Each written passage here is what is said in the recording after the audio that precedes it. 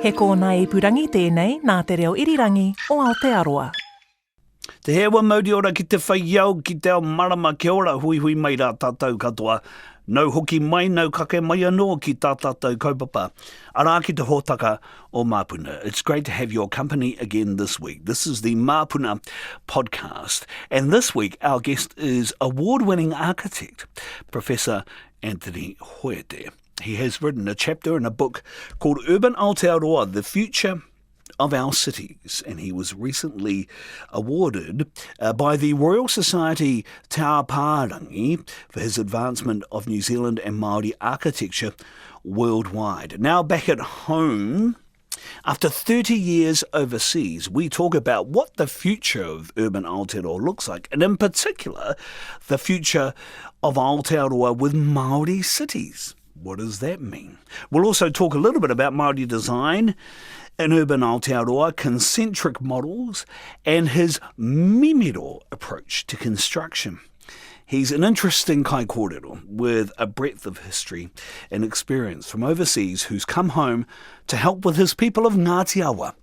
It's Anthony Hoete on Māpuna this week. Whakarongo mai rā. Professor Anthony Hoete is with me now. E te ahorangi tēnā koe. Kia ora, Julian. It's a pleasure to be here. Good to have you again. We got a huge response last time we spoke to you, just because of your breadth of work and your overseas work as well. And I do want to widen the conversation later on, if that's okay. But I want to talk about the book first of all, if that's all right. Mm-hmm. Why did you want to contribute to this book on urban Aotearoa? My good friend Wuramu Mākai, or known probably more commonly as Bill Mackay, probably the brownest Pākehā I know on town, and along... there've been a lot of Pākehā stalwarts in advocating for architecture. Jeremy Treadwell, Michael Austin, and of that also Wuramu Mackay. So Bill edited the book with David Batchelor, and then I think actually somebody fell out, to be honest. I think I wasn't... And then I basically was a substitute. You weren't first choice. No, unbelievable. I know, but I don't have an ego, But in fact, I'm more like an opportunist. So that book might have been conceived even before I returned. So look, no problem. An opportunity to appeared. It was on New Zealand at the time. The book had the working title New Zealand Urbanism. And of course, today it's called. It's been released as Urban Aotearoa. I like to think I might have contributed to that. Really? Change in name. Well, because what I wrote about was in something which most of us wouldn't think existed, which on the Maori city. And I just want to remind everyone that when Cook arrived with his chronicler, Joseph Banks, they didn't see any kind of signs of the Maori city because the Maori city looks a bit different from what one might expect. So. So kia ora, that was the opportunity, and it gave me, and look, Julian, I'll be honest with you, I'm not an expert on things Māori, or even Māori urbanism. Well, hang on. You say that we're going to get into the breadth of work and some of the other things you're doing, and in particular with the people of Ngāti Ira. So we didn't want to get into that, but keep going. Sorry to interrupt. No. I'm just signalling I'm going to contest that comment. I think I have the ability. I've always thought to think Māori, which is basically is a combination of craft and craftiness. And so, whilst I may not know much about the Māori city, I certainly know that Māori weren't adverse to being urbanised or kāinga or collecting on the top of Maunga, etc. So I thought here's an opportunity to write about something I don't know so much about and investigate it. So research is often about exploring the unknown. And actually the first sign of, it's a bit like Star Trek, but the first sign of research is an exploration into places you don't know anything about. Because if you knew something about it, there's no point to research it. And so that's what got me into the Māori city. And so...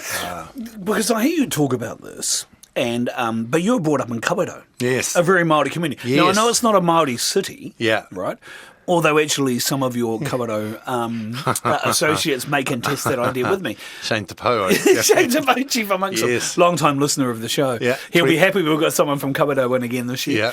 But it's a very Māori community. Yep, absolutely. And so people will hear you say, well, you don't know much about this, but in actual fact, you had a very Māori upbringing with that community. Absolutely. Maybe, actually, I wasn't aware how Māori that was. Shane lived at 27 Newell Street. I lived at 33. So we lived 5 houses down from each other. Uncle Tasman reigned kingpin in Kawerau during those halcyon days of the mill, although it had subject to strikes. But Kawerau also is next to Te Teko, which is what I think is the capital of the Māori world. The number of... Now we're getting controversial, but carry on. Carry on. Controversial, but of course, ko Ngāti Awa Te Iwi. Yes. So, of course, just the number of marae, Aotearoa, Kokohinau, next to each other, tells me that there's no place that I've seen, and of course, growing up in Kawerau and knowing places like Texas, who would have thought that Te Teko might have been one day I would be talking about architecture and the future of the city, and then in the same sentence be talking about Te Teko and its 5 marae which form the town.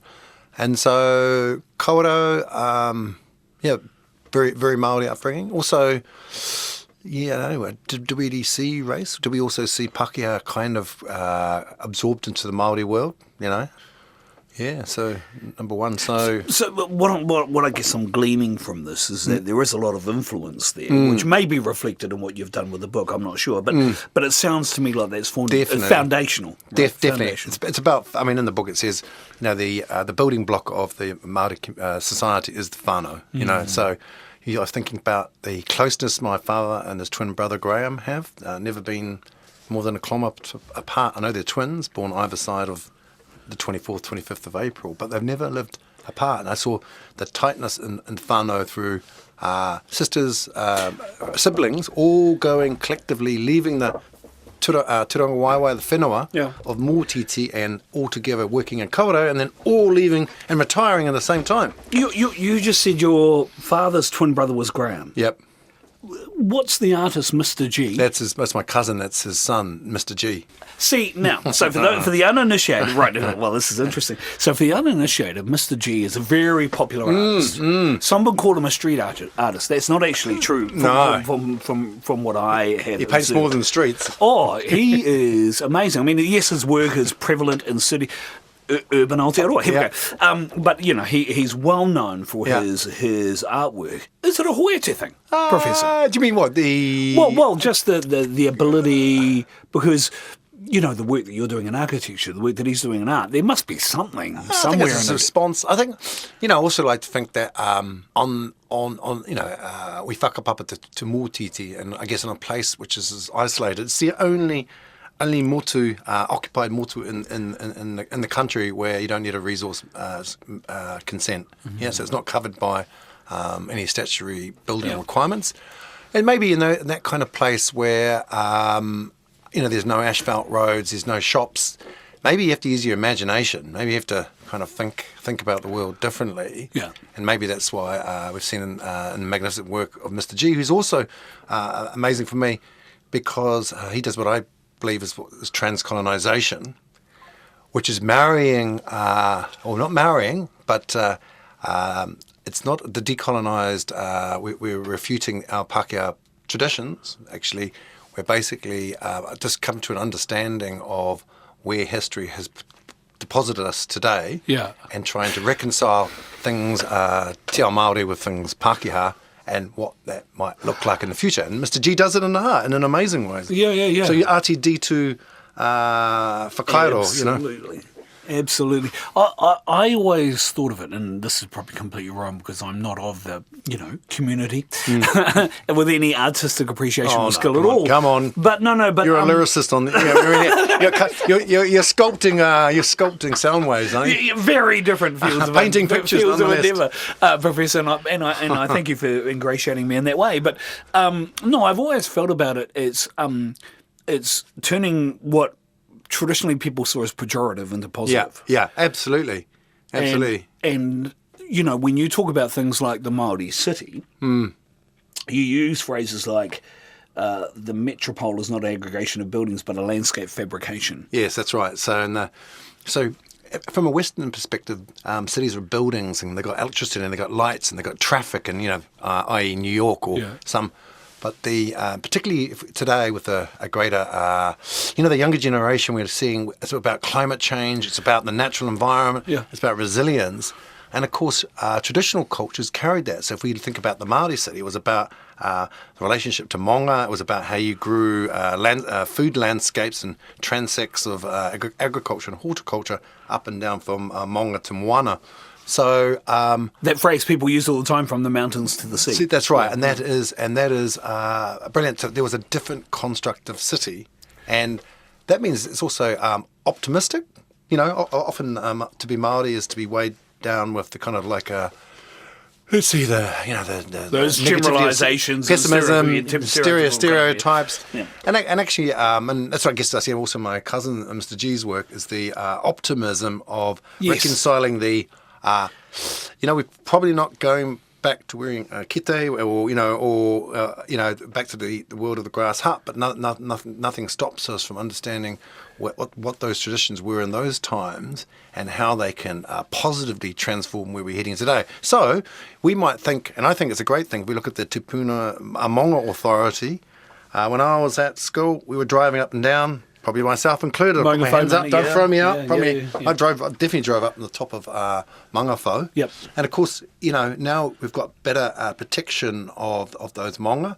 And of course, we've seen some beautiful work of the paths which now have preserved the tihi at the top with various pathways and et cetera, and it's amazing now. It's an amazing space to go, and that is actually enjoyed and respected by the entire society. Yeah, right. Whereas and that's the shift. So Māori values. People will be saying, they'll listen to this because they know you're an architecture, professor of architecture, and they'll say, aren't you doing yourself out of a job? Because when you talk about landscape, traditionally that's not what we see architecture as. We see architecture as buildings, not land. Absolutely, and you're so spot on, Julian. So in a Western perspective, buildings treat landscape as placemats.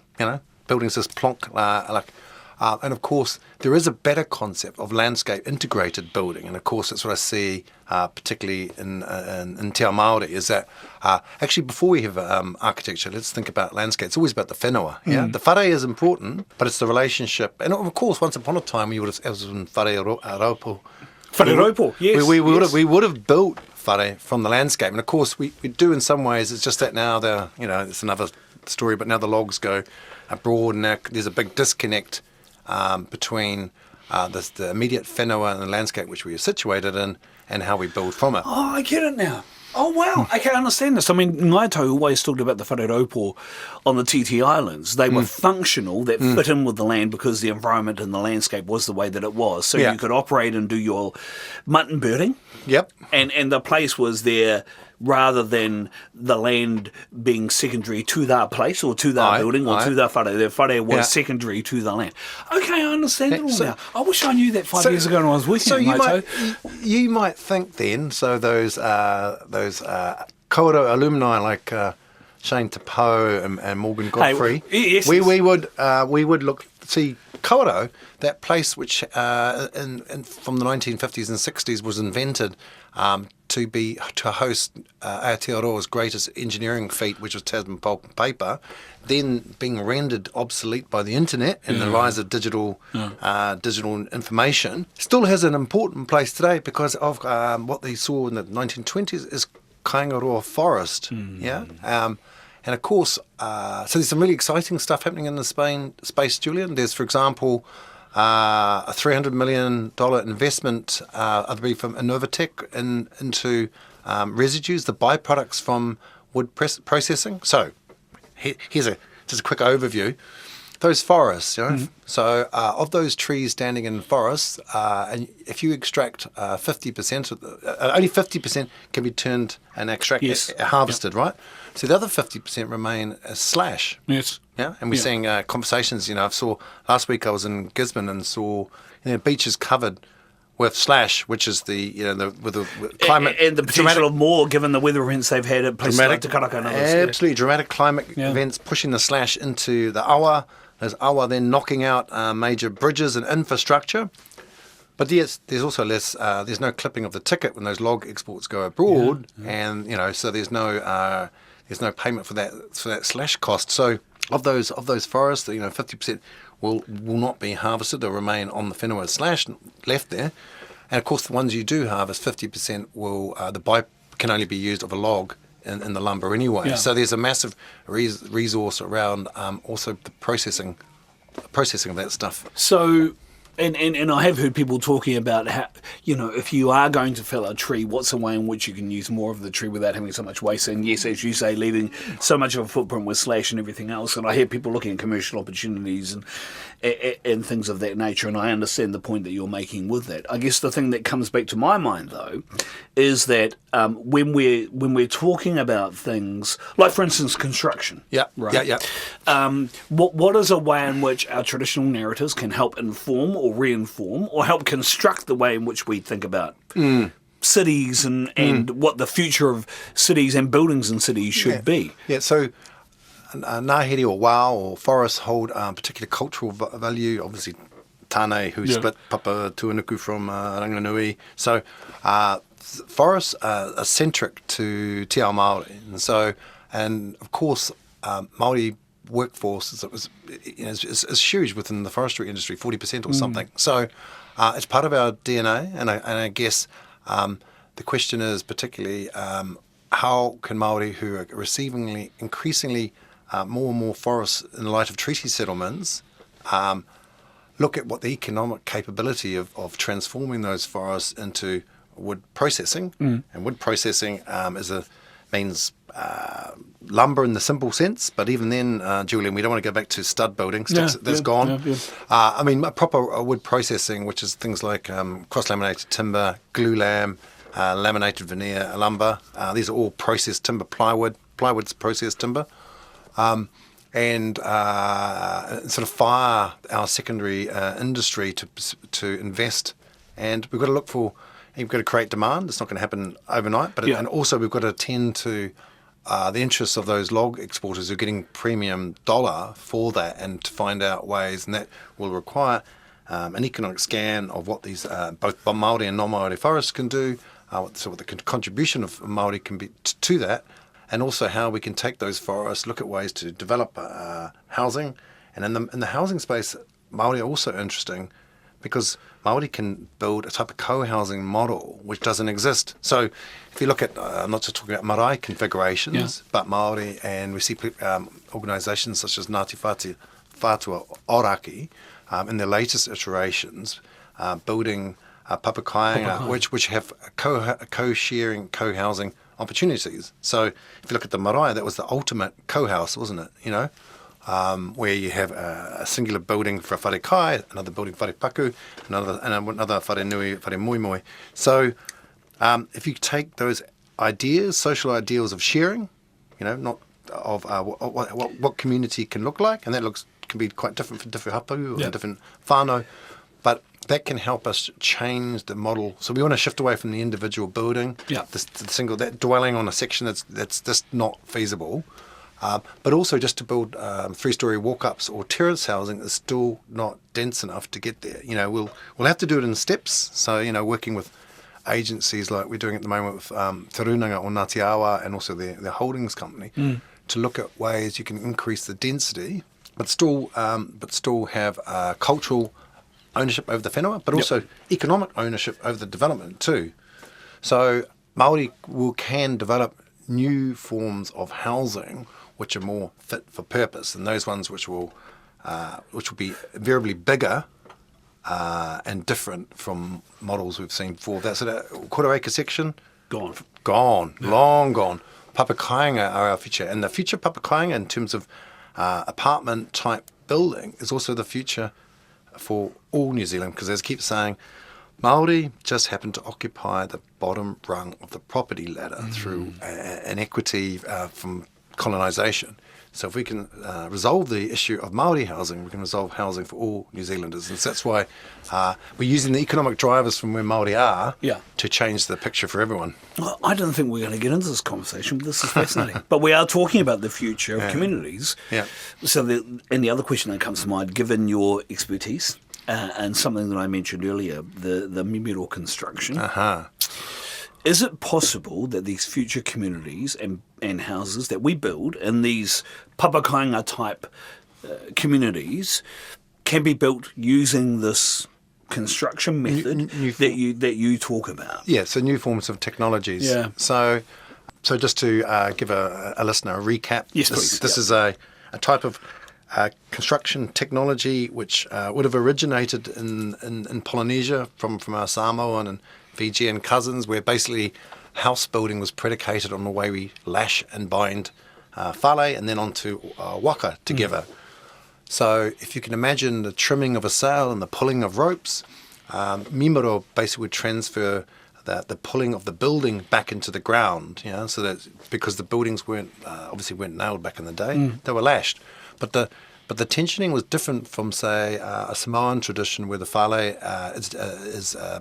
is evident, you can see it, and it became more decorative. So in what we've seen from evidence, and when I say evidence, there was a dig in the 18th century called kohika, which is in my own rohe, and that was a first sort of evidence. But kohika did not reveal any buildings. We saw the buildings actually, the first evidence, as far as I am aware, was in Tāne Wharanaki, which is a wharetipuna of Ngāti Ira. Mm-hmm. And so that house would have been tied, so it would have been built the whare, you would see cambered or curved heke. So curved heke, so when you go into a whare today, you seem to see the rafters are straight. Yeah. It's like more like a Western image icon of a house. In traditional period, it would look more like a whale with more like arched type heke.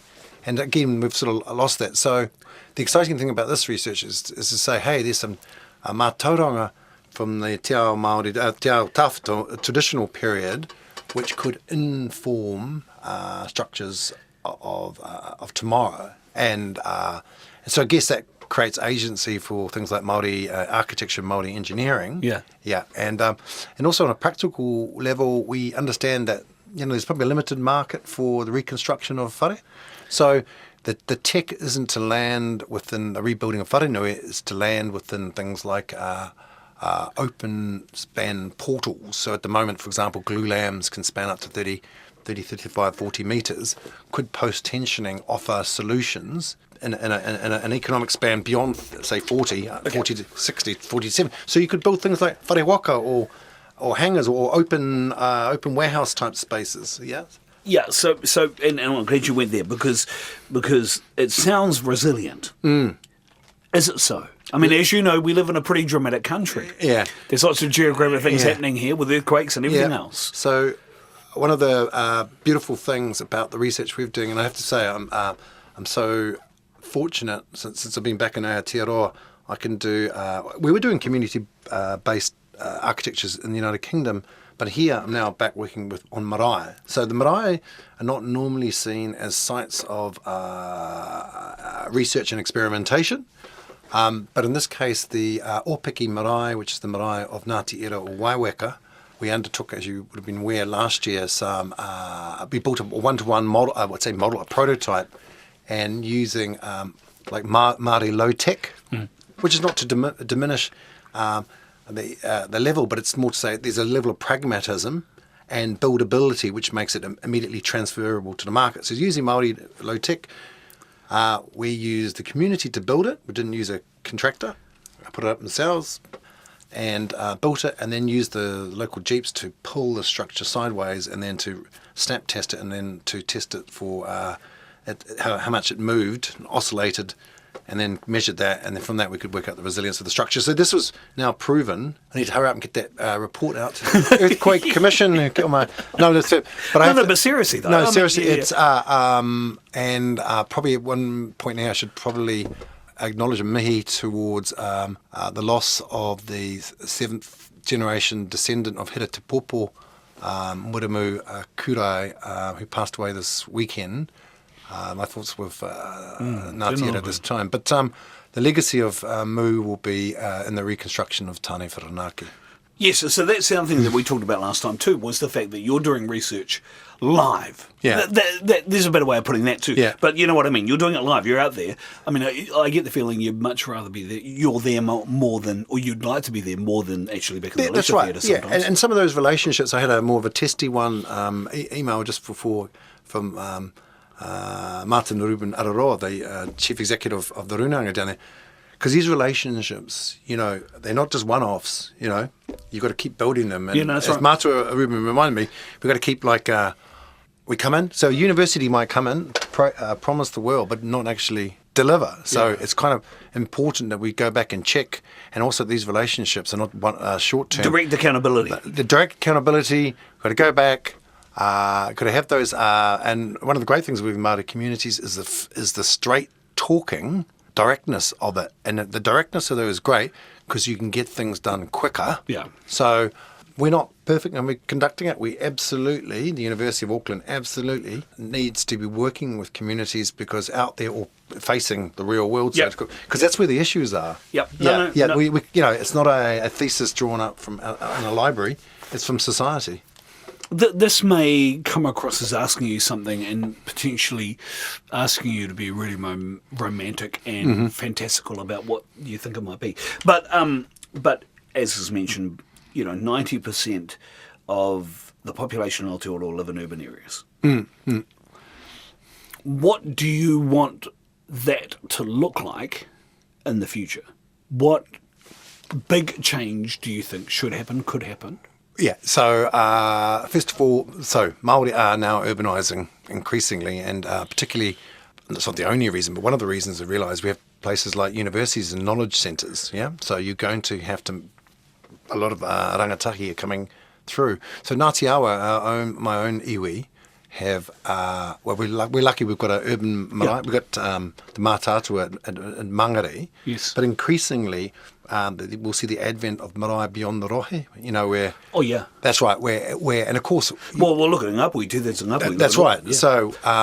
So there's new configurations of marae, and those marae will probably be linked again with housing. If you're going to do a more sustainable economic model, then it's quite logical for iwi and also the holdings and development companies to look at economic projects, development projects in cities where they know that their rangatahi might go, where they can do them, for example, build-to-rent projects, but you keep the cultural connections to the whenua through the marae. Sorry to keep interrupting, because you're, what you're talking about is directly what's happening with one of our marae here, actually, Te Mahuruhure, with the kaingatawhai, the whakainga their marae. One of the things that comes to mind, and people ask this all the time, is, but the government's responsibility through Te Tiriti, Article 3, there's a thing called the Article 3 line, where it has to meet the obligations to Māori under Te Tiriti, right? Yeah. So some will say, why are iwi having to take responsibility and do these kinds of things when it's not really their responsibility to do so? What would your response be? Well, I guess we're trying to front foot things. I think I can't wait for the state to get going. Yes, we could, look at these sort of projects that require you'd either be funded through kāinga order through some strategic let's say commercial mortgage over a 30-year period. You could fund it potentially through Te Puna Kokiri and their rent assessment model, or increasingly we can fund it by just looking at private equity. And then the side advantage of the third one of front footing it and iwi going out and looking for themselves is just time. Time, and also why not just check out what the borrowing. If you borrow privately, you're going to pay it a more expensive back, but you're going to know you're going to have the certainty of when something could be completed. Yeah. And of course, at the moment we're in difficult political winds. We don't even know which agencies will be around, and of course, kāinga orders under pressure, and there's the rise of the chips potentially. So you can chase that, but I know that if there's a certain sense of urgency, we've got to consider literally borrowing from the market. And what does that look like? Okay, so let me answer. We're going way off what I was going to ask you, but that's okay. We're kind of guided by the spirituality of our ancestors here. I can feel it now in the room. Say, for example, the Auckland Council says, Ngāti Whātua, we're going to do a deal on the waterfront. Yeah. Right? Ngāti Whātua comes to you and they say, Professor, what would you do on the waterfront? Oh, that's tricky. First of all, the probably want to revert to who are. Well, okay, so, or another area, right? So you're saying that would one consider it? Do you mean? Yeah. Of course, I think Māori would consider any. For me, any economic opportunity. Or let's say another sizable block where Yeah. you could do something in housing. Yeah. To change what Auckland City potentially looks like in terms of urban dwellings and design and build. So I'm going to talk to what I am now. So we've got a pretty sizable block down there in Whakatane at the moment, like 1.3 hectare, close to the iwi marae, the Mātātua. The marae that came home that you were involved in. Yeah. No, it's not Hinamihi. That's, Hinamihi, sorry, Mātātua. Yeah, but still.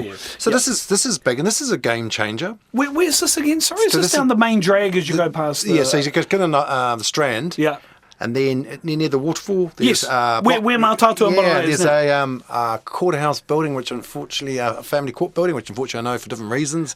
Nothing to do with criminal, but I think my family spent some time sorting out their relationship in there. Right. And of course, that's a block of land. So the work I've been doing, we have looked in the past at places like Mount Wellington. Yeah.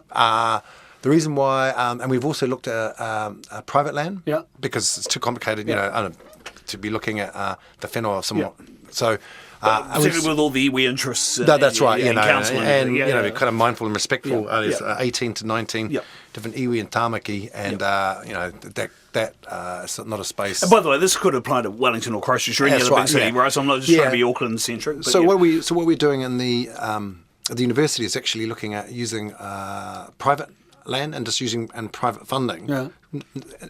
Sort of thinking that this could be the worst case scenario. Right. Yeah.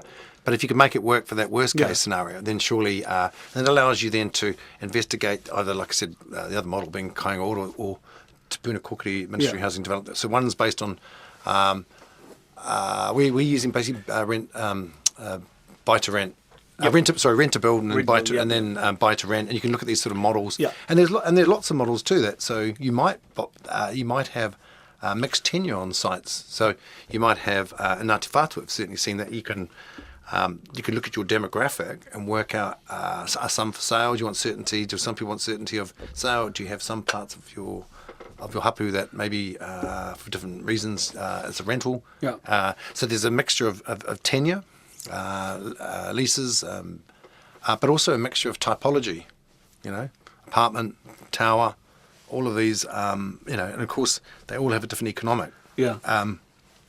Okay, towers tend to cost more money than obviously building apartments. Yeah. But obviously there's a different return on the land. So, and then of course during this period, an iwi developer will also have to mature. You're not going to, you know, first steps maybe baby steps. You know, you will go for the less risk. Yep. You know, you might build terrace house, townhouse type step. Once you've seen that and you've developed, you might then shift to maybe car free. You know, car free is, and I heard today that there are. You mean like electrifying the community? So I heard. I think I've got to check how my ears heard, but I sort of heard there was a part of Whakatane there was 30% car.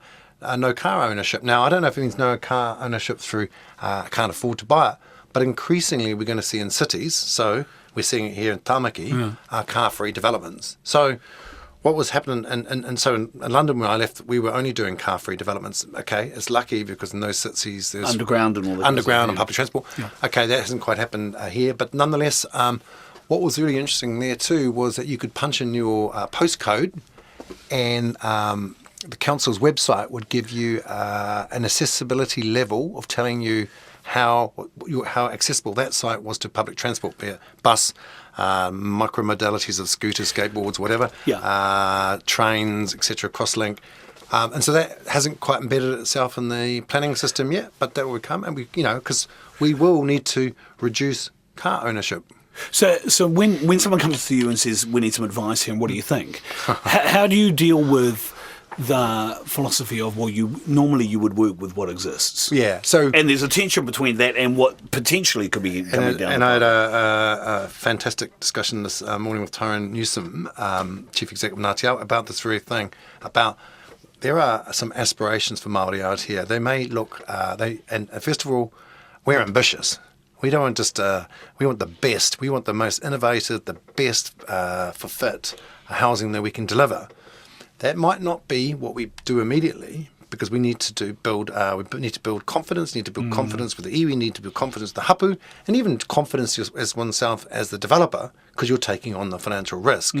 So will be a number of steps between the total aspiration, but that doesn't stop one looking at what's achievable today, what's achievable maybe in 5 years, and what's achievable within a generation. And I can only talk to one of the great things that Māori always think long view, because that connection to the whenua is lifetime. So therefore we can think generationally, and those sometimes those kinds of timeframes are beyond the realms of, let's say, non-Māori developers who just, they've got shareholders or somebody telling them when what the time frame or when to exit. See, Māori, there's very rarely going to be an exit. There might be exits in terms of the iwi ceding more control to the hapu, which I think is the sort of new exciting models. Yeah, kind of a regional or even hapu development model. Yeah, so giving more, the iwi can help manage the initial risk and getting it through, and then later, and then I think that would be the perfect model, and then suddenly seeding it to the hapu who will be who will be on that whenua. Wow, he's a good man, Tyrone Newson. He's on the hook on this, so you know. Okay, cool. he got a good.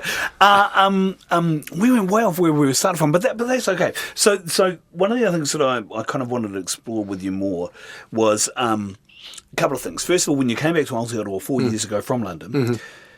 There was much more of an increasing Māori aesthetic, identity and culture sure. in urban settings. Yeah, sure.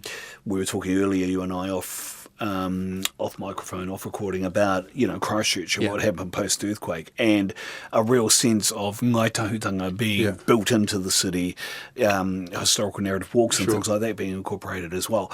Did that surprise you when you came back, and did you feel like, wow, ubiquitousness here, not ubiquitousness, serendipity, I've come back at the right time? No, great. So I'd been away 30 years. When I first got back, Architecture New Zealand asked me if I could write a review. 30 years, it's first of all long enough for an epoch, but also...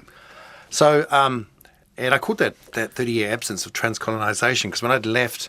No, what's that again, sorry? Transcolonisation. Yes, and by that we mean... I've been basically the increasing presence of things Māori within the... what was traditionally not a Māori space. But that's right, but not one of emptying out.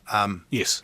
So and I'm going to mention Paul Majuri. Now, a couple of things here. You can, when I call out somebody by name, it's not a name drop, or it's basically...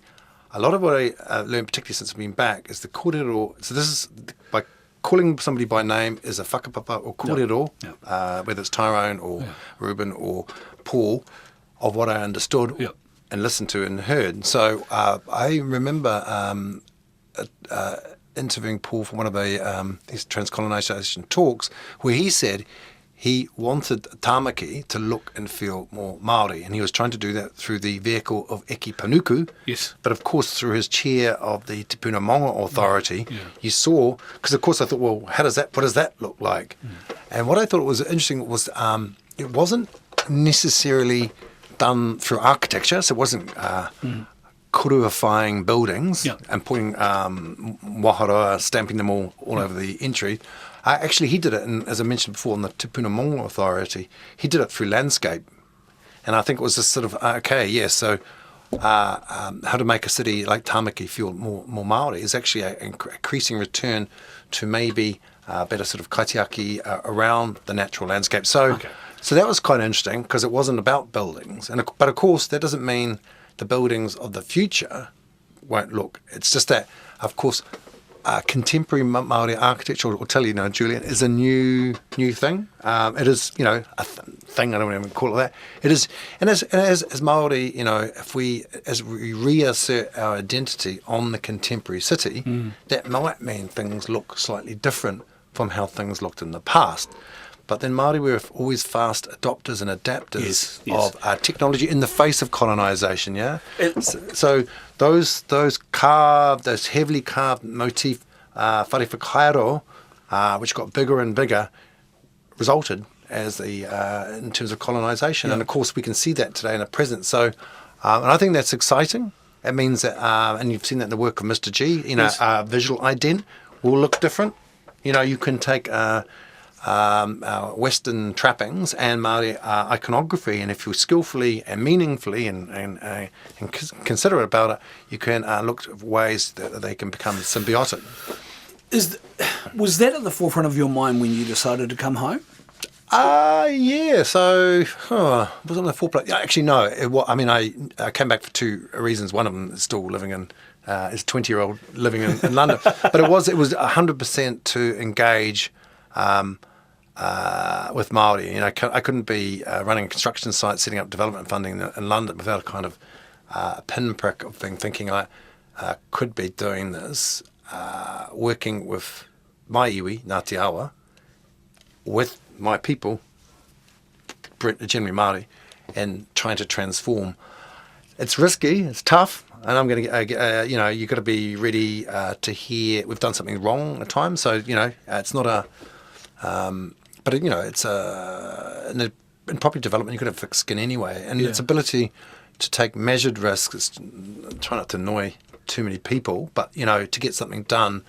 I know the agencies, I know the people I need to work with, and then try to find really good ways. And knowing what I think I can contribute, and not being I'm not the pukinga of our mātauranga. I'm helping one part which helps to facilitate, and we need to work together. But in your 4 years now back in Aotearoa, have you seen an increase in the numbers of Māori students? No, that's one thing. I know you're an active recruiter. And I try to recruit your daughter, but no, that's right. But here's an advert. She can hear it now. If she wants to come and do a masters at Auckland. Just my mobile number starts with 022. But you are proactively recruiting. Absolutely. So there's an interest, but not just. Yeah. So I've got a tour transforming university admissions. It works simply like this. It's my job. Is to help convince the admissions systems that the whatever grade point averages you get through doing your normal qualification can be augmented through whatever mātauranga that you know. If you're fluent in te reo, if you know kapahaka, if you know your whakapapa for 40 generations, there's a whole lot of knowledge systems there which the university needs to recognise. So don't be worried. They used to try and call that RPL, recognition of prior learning, or something. Yeah, something. But they base it on work experience rather than traditional. No, knowledge. I'm talking about knowledge. Yeah, not. So, and I think, and so we have a problem because now the profession of architecture and engineering and those in the built environment generally, would have gone to a better school, and particularly when they had the portfolio for architecture, you would have probably had private art tuition, or it wouldn't have been just a standard portfolio. So of course, because the numbers are so low, here's the one trick. Because the numbers are so low, and I mean low, I'm saying single figures. Single figures within a given year. That's a year of 100 students. Yeah. The fastest way for me to increase the Māori within the ancient architecture is to direct contact. Yeah, the policy. I mean, we all know what the policy will say. We'll all say the same things. It's not. So the fastest is reach out. So that's why you are so important. You as a mangai for our research is so important, Julian, because here's an opportunity to say. If you have rangatahi, tamariki, tama, mokopuna, who you want to, it's no longer like that kind of dream. You can it's about relations, and it works both ways. We need the community as much as the community, and I'm not the expert either. That those kids coming through today, their fluency and tikanga and te reo is it's mind blowing. I really appreciate the call out. Yeah, because we've got to where I wanted to end. Yeah, is the active call out to our people. Yeah, who will be listening. Going, Yeah, and whilst you weren't ultimately successful with someone I may be very closely related to, I think there are others out there, hopefully, who will pick up the call and take the call out, because you're doing some pretty amazing stuff, and I just think that the way in which you talk about this and the way in which you get people on location, not stuck in the lecture hall, on location, I think is really important. Kia ora. E mihi ana. Aotearoa, Professor Anthony Hoete, tēnā koe. Nā mai ki a koe. Thank you for your time. That was, of course, Ahorangi Professor Anthony Hoete there. Thank you for listening again to Māpuna this week. We will have more next week on the program. And just a short bit of information for the audience. On August the 31st, Māpuna will be live from the Word Festival in Christchurch, where we'll host a panel with Māori writers, Ngā Hui Aotearoa Kōtuku, I think it's Emeritus Professor Ngā Hui Aotearoa Kōtuku, but I could be wrong, Tina Makareti and Airana Ngārewa. That's August 31st in Christchurch, Māpuna Live at the Word Festival. E kia ora te kōrero ko te toka i Ākiha, he toka whitinga rā, ko te toka i Māpuna ko tāe, wei ki te ai, ko te ripokau. Te hewa mauri ora, kia tātou katoa.